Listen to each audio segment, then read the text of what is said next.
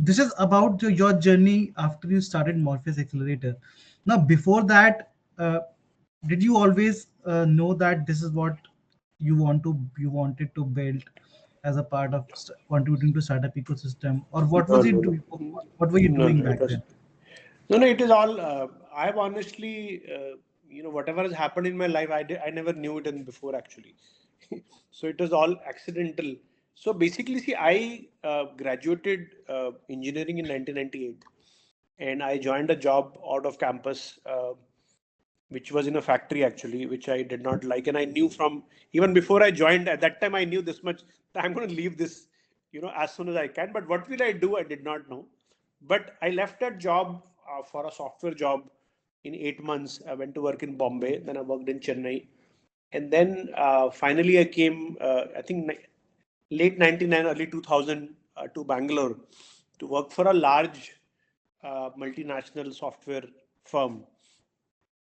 But basically, what I found and I look back and try to understand myself, that whenever I was getting bored in my job, which means I was not learning and growing, basically, right? I felt I didn't feel enough aliveness. I wanted to move on. So that was an urge within me to be alive. And I guess when you're alive, you're also growing. I mean, these two things go hand in hand. So in 2000, I think, early 2000, I was still in this big company job, and I had started to start feeling getting bored. So somebody suggested to me that if you wish to be in a learning and a dynamic environment, which doesn't slow down, you should be in a work for a startup. Now this is in 2000, by the way, right? So now I had no idea what is a startup. I had never heard the word also. So I said, what is a startup? So he said startup and gave some definition. I mean, just paraphrasing, something like, less number of people, less resources, but big dreams for the future, working in a garage and creating something massive, right? And making an impact, or whatever, some adjectives, how to start this guy, and maybe some example like Apple. So whatever he said, it fascinated me. Somehow I felt some resonance. And as a result of that, I became interested. It became part of my mindset. And when I gave interviews to find a new job in Bangalore, I had two, three offers, and one of them was a startup offer, right? And and it was very distinctly different because when I went to interview, it was an interview was conducting in an office which was still being built, basically, partly under construction, right? So typically you go to a company's office, it's all set up, right? It's being set up. Two, you are getting to, and they're very early stage. They're still at idea stage in what they want to build. You are talking to the founders directly, right? So it was very fascinating for me. Whereas on the other company, obviously, I went to a big office, all set up. You're talking to a manager, and now between the two offers, one is a company, stable company, higher salary, and one is a slightly lesser salary and a completely new company, right? So it was not easy to decide because my heart was pulled in one direction, which is the startup world, and my logical mind was saying to be in a good stable job. Somehow I discovered a middle way, sort of sad, that let me join the startup, give it a first shot, and if I don't like, I will go to the bigger company, right? And then I called the HR of a big company. I said, I need 2 months notice period, not 1 month. Right? And they said, no problem. Because see, I was one of the 100 people joining them probably, right? So that is how I actually ended up joining this startup. And from actually on after that, I've never come back to work for a large company. So it became very clear to me, that journey, the moment I joined the startup, my learning was literally vertical in nature, learning and growth, and I felt truly inspired. I really belong. See, I never excelled in my academic pursuits or time because I never felt inspired and there was no pressure from parents or anywhere else to. But this was a place where you could. See, because I think people grow in two ways, right? One is when there is pressure and don't have a choice, right? Second is when you're inspired, right? So this was a place where I felt very inspired. So that is where I basically, I guess, I found my professional path to be in a startup. But see, interesting part is that engineering college, the day I joined in '94, within a week I knew, I had this feeling that I don't belong here. I should be. It's not my place, and I said I should. Where should I be then? And I did some introspection to say that I should be in a creative career. So actually from 94 onwards, I was trying to switch out. I tried to quit my engineering college in first year to do fashion design. Didn't have, my parents didn't approve of it. I tried to get into advertising. So I tried many things in between, but I could never come out of this, right? But uh, but see, so when I was working in this startup also, I never thought that it's my final stop, right? So working in this startup 3 years later, I wanted to quit the engineering to do filmmaking.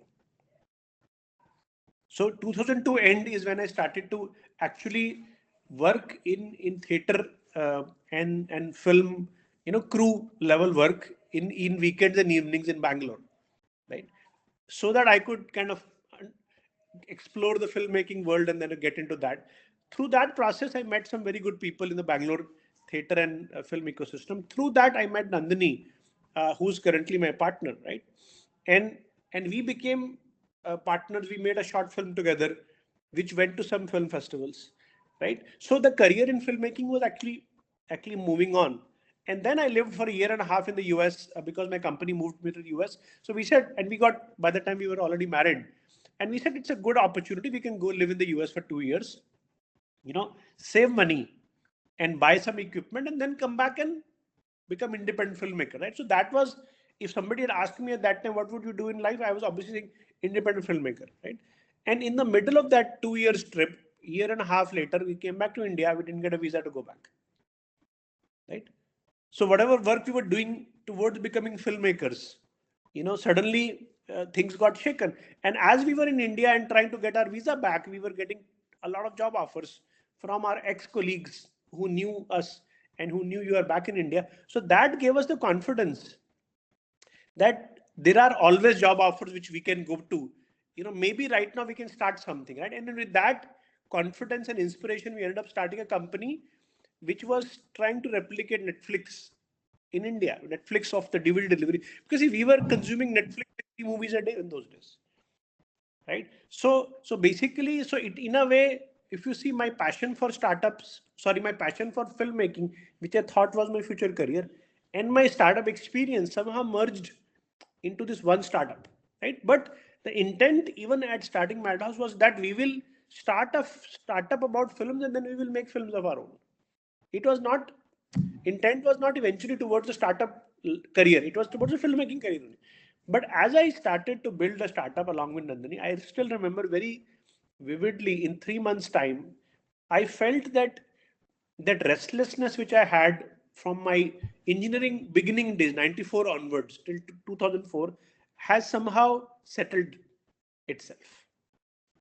So whatever I was doing right now had been accepted by my inner self, right? So that is when I realized that actually it was my thing to do a startup. See, when I worked for a startup, I enjoyed, but I never thought it was my place, right? So then, see, also another thing which I realized was that creativity is typecasted into filmmaking and music and everything. Actually, I realized that there was, the reason I like startup was there was a lot of creative expression and learning and output which happens in a startup itself. So that was the, I would say that's when I knew that I will be here for a long time, right? So then one startup happened, and then of course Morpheus happened.